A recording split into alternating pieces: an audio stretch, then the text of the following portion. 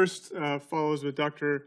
Vaccaro's talk on cost and where everything's going, but the Enhanced Recovery Program here at HOI, the ERP program is what it's called. We're just going to go over our experience with our outpatient or rapid recovery total joints.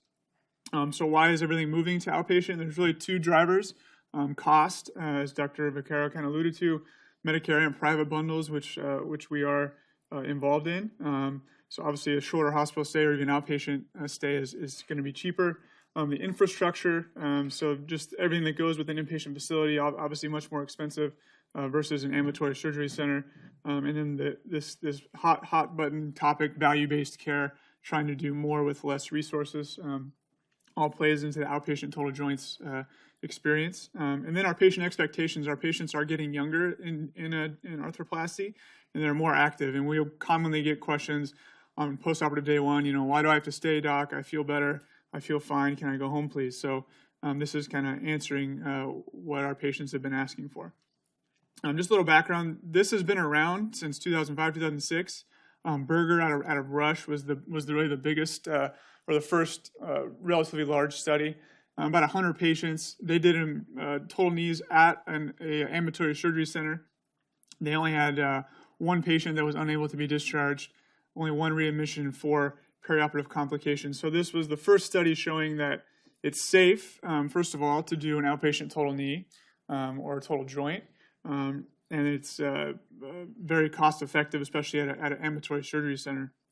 One of the largest studies is out of this private group in New Jersey.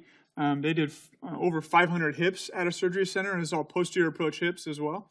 And they have very, very low admission rate on the day of surgery and very low ER visits within that 90-day postoperative period. So it's definitely out in the literature. There's been multiple studies now from many different institutions showing that this is feasible, but we have yet to really look at the Hoag model to see if our program is safe and what our issues have been. So the Enhanced Recovery Program at Hoag started first with hips in 2015, got rolled out to knees in 2016. The knees is a little different. It's not a true outpatient pathway.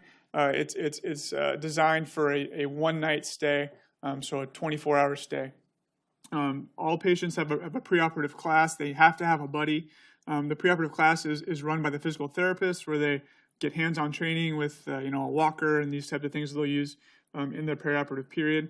The diet is much different than a standard surgical patient. They can drink clear liquids up to 3 hours prior to surgery. So some kind of carbohydrate-rich liquids, so Gatorade, something like that. The multimodal pain really helps get patients out the same day. We all go all the way from NSAIDs to, for knees, we've started doing continuous adductor canal blocks that has really helped quite a bit with pain control. We avoid Foley's. This is either done with a low-dose spinal or short-acting spinal anesthetic, and then everybody gets hooked up with a home physical therapy visit the day after their discharge. We do have some exclusions for patients. So a ASA score of 3 or greater, BMI of over 40, unstable disease. This is very subjective, really dependent on the surgeon. Anybody that has a chronic pain management issues, low function, or history of thromboembolism. And then if there's any social reasons that they just can't go home the same day, it's pretty rare, but there are some people with this situation. They can't have anyone at home for the first few days. So our hypothesis for this project was that our enhanced recovery program is safe and cost effective at HOI. So we took all of the ERP patients from June of 2015 to July of 2017. We performed a propensity score matching. This is something I was just introduced to. It's a pretty complicated statistical formula, and all it's trying to do is reduce bias. So this is a retrospective study. We're trying to get 2 cohorts that are equal. And what this does is it takes into account all the comorbidities and assigns a score to each patient. And so that score tells us how likely they were to receive a total knee or a total hip. And then we go to our controls, which is our traditional patients, and we match up patients with scores. We got a 2-to-1 matching, and we looked at length of stay, 30-day readmissions, and the overall cost of care. And then finally, we looked at the patients that crossed over to the inpatient track. So first for the hips, we had 400 ERP hips performed in that time frame, and we matched that to 800 standard patients. Our readmission rate, our readmission rate was very low. Length of stay, we are hitting our mark at the population level for discharge, and then we saved about 12% when you compare the ERP to the standard. And we look at why patients were unable to be discharged the same day. Is actually quite high, so 74 of the 400. And we can see that their surgeries were a little bit longer. They left the PACU later in the day. They were a little larger and more commonly male, and all these were statistically significant. Looking for the knees, we had 121 ERP knees performed in that time period. We matched that. The readmission rate again was very low. Length of stay for the knees was just 1 night, and then our cost reduction was about 13%.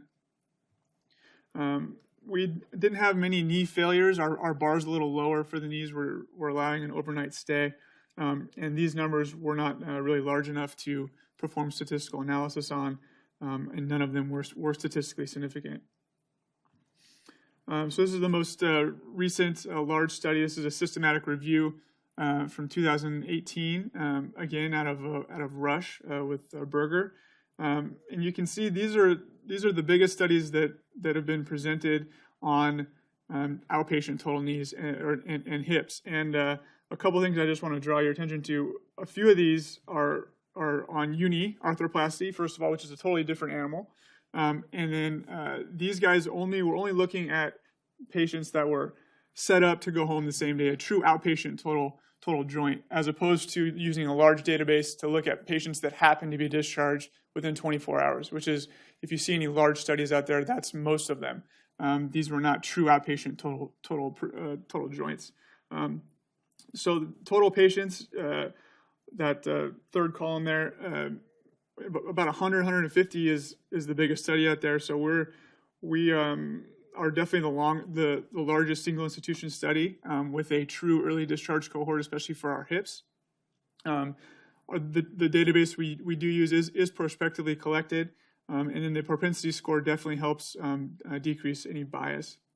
Weakness is inherent in any retrospective study. We tried to minimize that. We have a very low readmission rate, which makes it kind of hard to believe that we're really that good.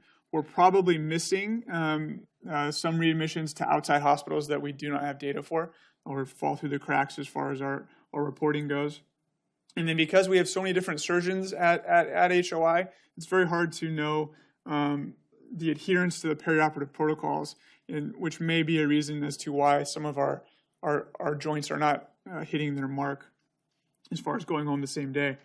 So looking at our data, overall, we can confidently say that our ERP program is safe. It is cost effective, although 12 to 13% cost reduction was a little less than maybe we would have expected.